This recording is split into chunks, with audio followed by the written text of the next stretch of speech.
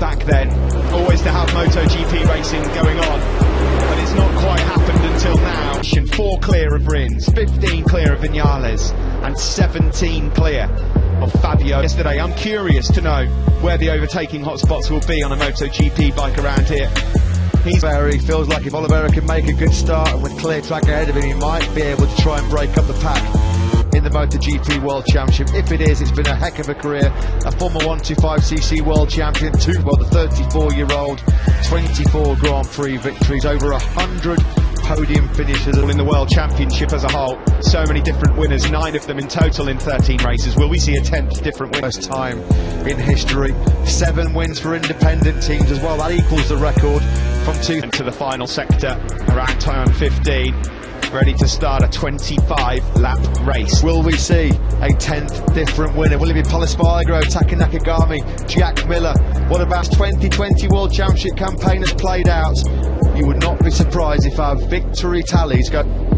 Second row, the Honda of Crutchlow, the Yamaha of Quartararo, and the Honda of Stefan Bradl as well. Nervous ahead of this one, he's the bookies' favourite. We're about to start the Portuguese Grand Prix, the final race of trying to defend turn 1. Miller, is he going to take second? No, not quite. It is Miguel Oliveira who leads. Off the line, he's lost a whole bunch of places from that second row, starting 5th. Quartararo's mired mid-pack now. Darko just ahead of Taka Nakagami. Yeah, Vinales out the seat on that climb through turn 4 as he chases grip very early. Last weekend, of course, in Valencia too. They don't want to let Miguel Oliveira get away early on because he's got some great rhythm. A good start then for Pol. He's up to 5th from 9th on the grid. Yeah, he rubs the bike. He's going to be racing next year. On his last appearance, he's got to make those kind of moves. Both the Suzukis have made excellent headway. Rins is up to 6th place. Through the first 3 sectors of this opening lap, already over 6/10 of a second clear. We're looking back from Franco Morbidelli to Valencia 7 days ago. Mir's just gone up to 12th now, ahead of Dovi as we come around turn 15 then, the final turn. Perfect start for him. Yeah, plan A has been executed to perfection. 6/10 of a second clear then. He's held on to that 4th place at the end of the first lap. Alex Rins picked up 4 places from 10th to 6th. A big dead leg, a dead arm or something there. Something he hit him or something. That is most bizarre, isn't it? Joan Mir's just looked champion. Quattararo regrouped after a really sluggish start. Got a big wheelie as soon as he grabbed the throttle. Now in 7th. So there's Quartararo ahead of Vinales, Zarco and Rins. Rins at the moment then in 10th. Involved with Pecco Bagnaia maybe, who knows? Who knows? We'll try and find out exactly what happened to the pair of them. And what happened to... He just moved up to 17th. Who was that wide? That was Tito Rabat, so Mir's made up 1 place. Home soil at the moment, is he Miguel Oliveira? His advantage now is over a second. Pecco Bagnaia, as we suspected. Now then, let's see if we can pick the bones out of this one. There is Mir. Is he about to checks up Brad Binder? So that's why Binder's dropped down. Oh, how did Mir stay on board there? Just down there. He's jumped to 6th. Still in Lisbon, back in Estoril. That puts Stefan Bradl into the top 5. On a factory bike yesterday, or a factory team bike, was Stefan Bradl. Best qualifying in 6 years. No, it's gone horribly wrong for Brad Binder, I'm afraid. It looks like he's just asked too much of it. He had... Early speed is sensational. On that last lap, he was the fastest man on the circuit by a mile. 1:40.0 in Franco Morbidelli. Astonishing early speed by Oliveira. No one can touch him. On board here with Miller, looking up, he's gone for the right option. It's that rare occasion, isn't it, where we're sort of on the 3rd lap of a race, and it's as you were from the top 4 men in those positions, and that's exactly where they are right now. And plus Spargo, how much of a costly mistake was that by him? 9 across the line, sets the fastest lap of the race so far. Stefan Bradl lost his ride when they were the British rider here. He's close, isn't he? Is he going to have a look into turn 3? No. He says, how cramped does this circuit look when these beasts are on it? Yeah, the first sector grouping up and ganging up behind Zarco at the moment. Zarco's speed like a 40. Zarco's a second behind Polispargo, directly up the road ahead of him. Looking back now, 2 Yamaha teammates these will be next year. Alex Rins is just behind, trying desperately to... That's a brilliant move from Alex Rins, fantastically done. Yeah, up through turn 12, or down through others as well, loses another spot to Taka Nakagami through turn 13, so bad couple of corners for the Spaniard. The world champion is in 16th. So far so good for Miguel Oliveira. It's been a masterclass from Miguel at the moment. Blistering speed this from Oliveira. 2.5 seconds clear now, Franco Morbidelli on that last lap at the moment. After the mistake from Polispargo into turn 1, he's recovered well. He's now got onto the tail of Stefan Bradl at the moment. Can even get close to Miguel Oliveira. Spargo then's got all that hard work to do all over again. Oliveira then, the only man in the 39s, nobody else anywhere near. Back up into 5th place then, looking for his 6th podium in 10 races. Cal Crutchlow up ahead of him. The last time Bradl had a top 6 was Sepang 2014, a lack, although he's making pretty decent progress. You can see Zarco himself has actually gapped, put a bit of daylight between himself and KTM Tech 3 rider from Portugal, who landed pole position yesterday, his first ever pole, looking for win number, puts him still 2.6 seconds clear of Morbidelli. Well, he's already got superstar cult state Portugal, that's for sure. Rins goes through on Quartararo, but on the cutback, the Frenchman flies back through, so Quartararo, not a race he was expecting, thought he had the pace to run in the top 5. At the moment he's got work to do to... And there is Taka Nakagami as well, and on the exit here this would be really brave through turn 6 and 7, but there's no room. What this means is that the Triple Crown is going to elude Suzuki, because Jack Miller's third project since the halcyon days of Casey Stoner back in 2007. Something just to remember wise, really badly in Valencia, it happened in both races.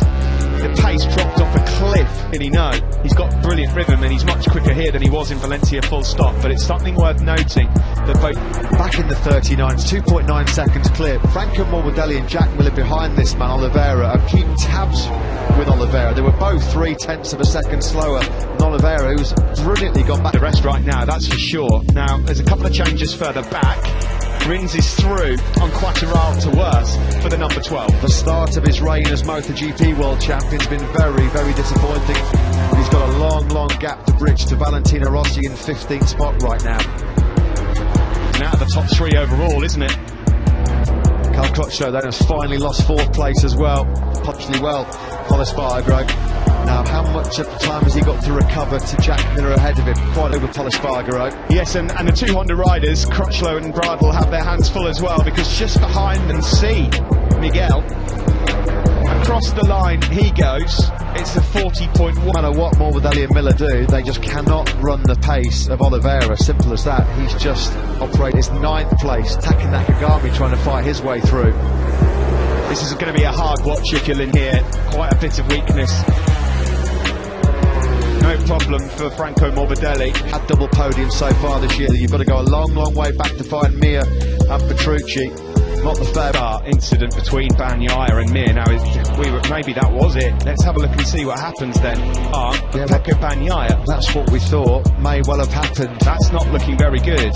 Well, that was tending to 2020 for poor old Pecco Bagnaia. That's his 4th DNF in the last 5. Sideways on exit there. Miguel has come down, but only by a 10th. We will keep our eye on it, but I don't think there's any major drama at the moment for the Portuguese man. Team of the year and back-to-back podiums to end the 2020 season. Yeah, Miller has got a very slap. He was a couple of tenths slower than the Aussie. They're trying to find a way through. Spargo, just a few places back, is the fastest man at the pace. It's a huge gap up to Jack Miller as well. Yeah, it looks like the Ducati are going to be Constructor Champions team for the likes of Andrea Dovizioso. 12th place for him at the moment. Valentino Rossi in 15th. It's a nightmare for the factory Yamaha team yet again. Vinales looked like he was going to be fighting for the win. Here is Quartararo looking back to Takanaki. There are no battles to watch out front at the moment. Lonely out front is Oliveira. He's 3 points. Another fastest lap of the race, a 1:39.855. Now, he was concerned about hiding that KTM on rails. He's just disappearing out of sight. Franco Morbidelli right now will barely see him. To get to the action, he can almost reach out and touch Fabio Quartararo, and at turn 3, the tight right hand end. He's trying to retaliate though into turn 5, desperately trying to hold on to this position. It's so wrong since winning 2 races at the start of the season. The Yamaha and Nakagami finally manages to make the move stick. Yeah, a few races ago we might have thought this was going to be a pass. Simon, I believe you've got some information on what happened to the very unfortunate poor Pecco Bagnaia. Yeah, he told his team it felt like it dislocated and it's gone back in, but it's horrendously painful. That doesn't sound. Second half of the season for the Italian. Alex Rins on his way to Barcelona tomorrow for a consultation about whether he needs a way back in mid-July. He aggravated that in a turn 8 crash on Friday. Spargo, who's got brilliant rhythm. Well, the way it's going at the moment, we're going to have a battle between the 3 Yamaha 2020 where Marquez and Lace Espargaro, if Quartararo continues this plummet, they're going to be able to pick him off quite comfortably. Just finally, on that last lap, was slightly slower than Franco Morbidelli. I say slightly slower, it wasn't even a Morbidelli out front, that you're looking at the battle for second now, overhead. At the moment as things stand, of course, which is a good way to enter the factory team next year. Yeah, it'll keep the bosses happy.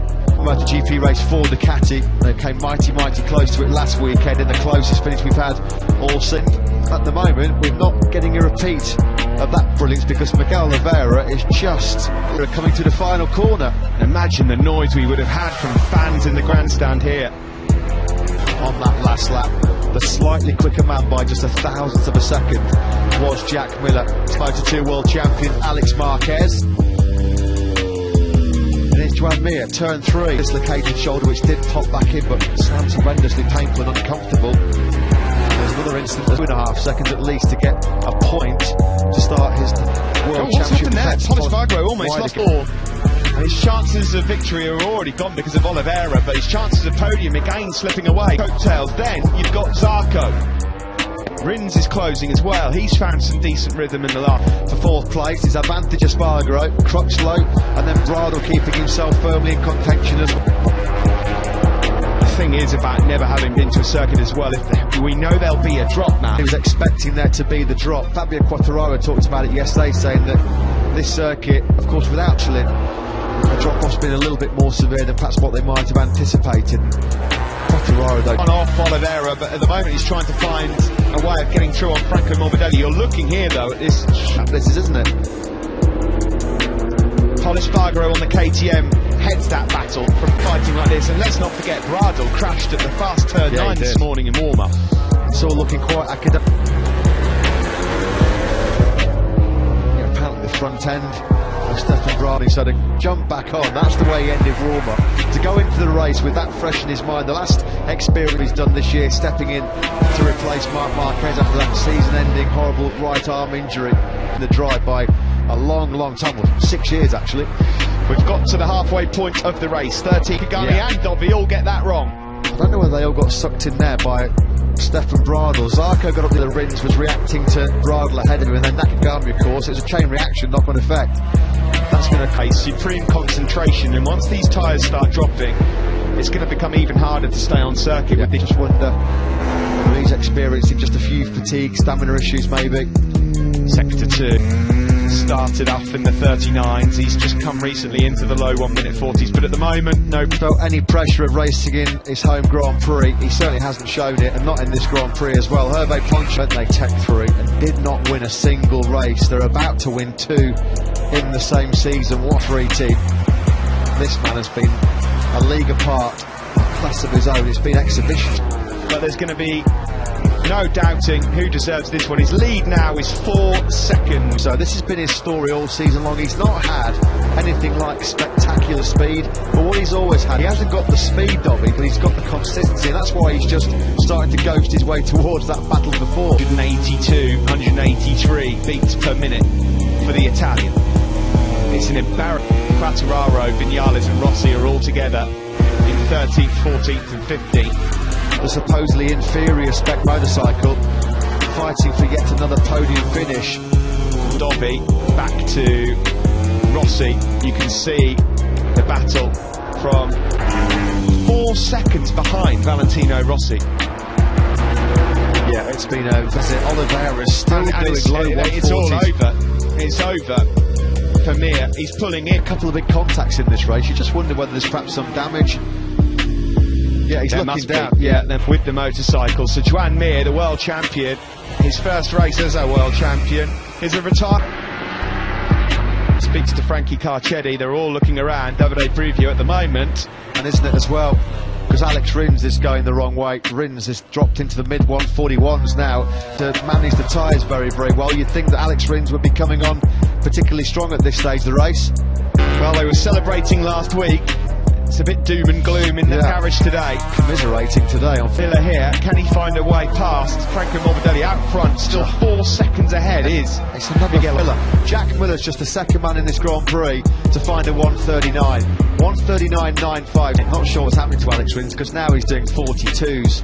I don't know whether he's got grip problems or whether it's some day.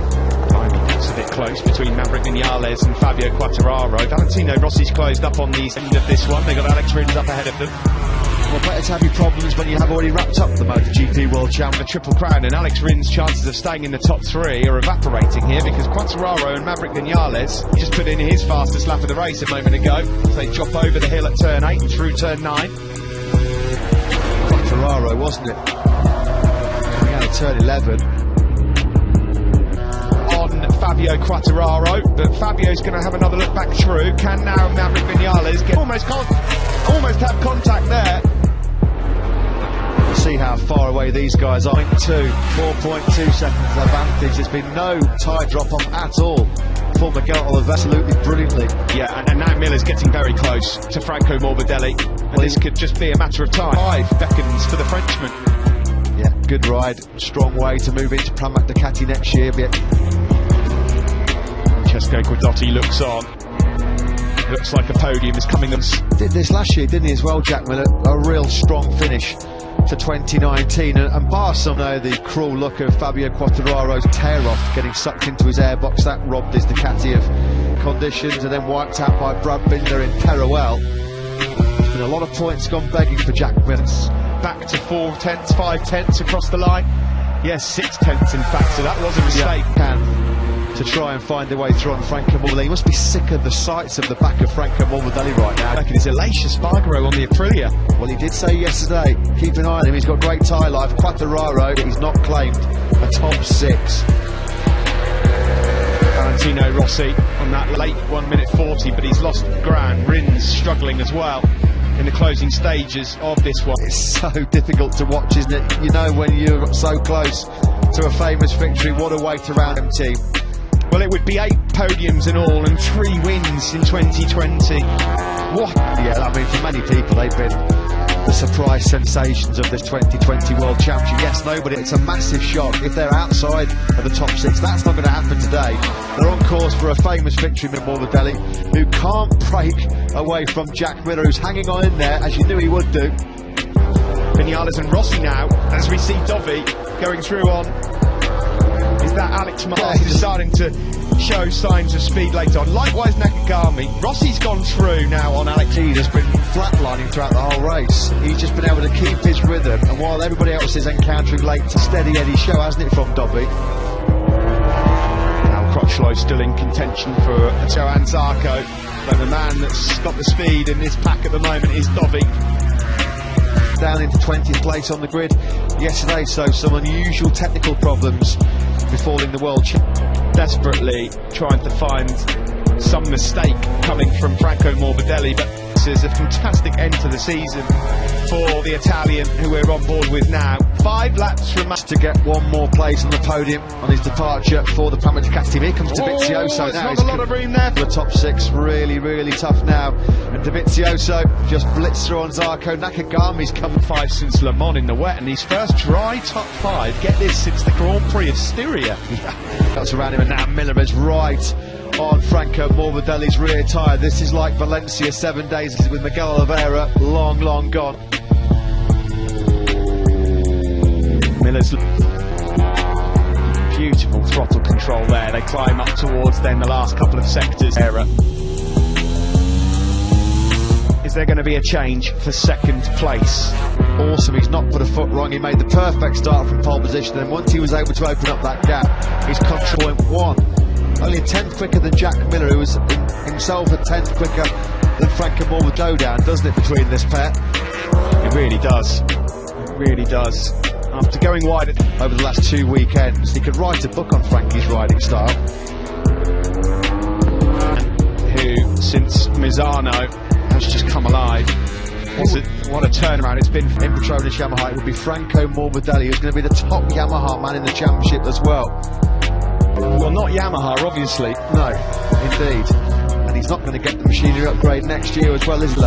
Trying to pressure Morbidelli into a mistake, but he's just unflappable, isn't he? Because he's been able to keep that gap back to Jack Miller. Just a bit of extra corner speed there on the front. Miller coming through the final turn. Braking downhill into turn 1 to have qualified a little better. There's Nakagami in 5th ahead of Dovi, Bradl. break, being crowned world champion last weekend. Electronics disaster, a glitch in qualifying, left him 20th on the grid. Response, that's dropped him out of this race. And Alex Rins, his teammate as well, he's been in free. Lost sight of Rossi. I mean, Rossi's 3.6 seconds up the road. They've had a dismal day in their fight for second. Falls behind Jack Miller. He'll still get there. 3 laps to go. That went for the asymmetric rear, and it looks like it hasn't worked for the Suzukis and Petrucci. Zarco. Yeah, well, shame really, isn't it? It's not worked out at all for the Suzukis. Lorenzo Savadori, I'm afraid, has crashed out. We now only have 2 more laps of this circuit to go. What a fall from grace has been for Fab. I don't think he will be. I think it could even get worse than that, depending on what happens on that 2020 bike. I mean, the only saving grace for Fabio Quartararo is that Maverick and Yamaha engineers throughout the winter. Nakagami's speed late on in this race in them now. And it does not matter what Jack Miller does, and trust us, he's thrown everything ahead of him. No, well, it's time to find out what's coming on strong at the end of this race. They're up now approaching Cal Crutchlow, and through goes Maverick Vineyard. Yeah, Crutchlow in the early stages was really looking strong to finish his LCR Honda career, finish his full-time run to this man, Valentino Rossi. They're not moving over with him to Petronas Yamaha SRT next year. Yeah, has been perfect so far. Alex Marquez has had a strong end to this race as well. Johan Zarco's going to lose another. Alex Marquez finishing the season strongly. Lisa Spargo, another personal best lap for him on the factory Aprilia chassis. He's been true to his word, Alisa Spargo. One of the rides of the season from his daughter Mathilde. I can't see him throwing it away now. Miguel Oliveira is just far too much of a cool customer. The whole of Portugal are behind you, and they will be loving this. Here comes Jack Miller though. Has he got anything left on lap? Valencia 2, take 2 here. He's got to have a look. You know he's going to have a look. Here it comes, round the outside, and he knows he'll have the inside line in the next corner. Oh, I think Miller's got it. Jack Miller then, a late. The checkered flag comes out here in Portugal. Miguel Oliveira wins! And Miller does get a bit of personal revenge over Morbidelli. He finishes second, with Morbidelli is 6th ahead of a brilliant Bradl and Alisa Spargaro. Grazie Danilo, great day. There is Paolo Oliveira, father of this young man who rode and absolutely built the gap and then never looked back. He takes it by 3.1 seconds. Number 1, Miguel, that was class. I've never seen a ride like that on a way you can describe it. Look at these guys. Hervé Poncharal is heading over towards Simon. I've got to congratulate you on a win. How does this one feel? Even more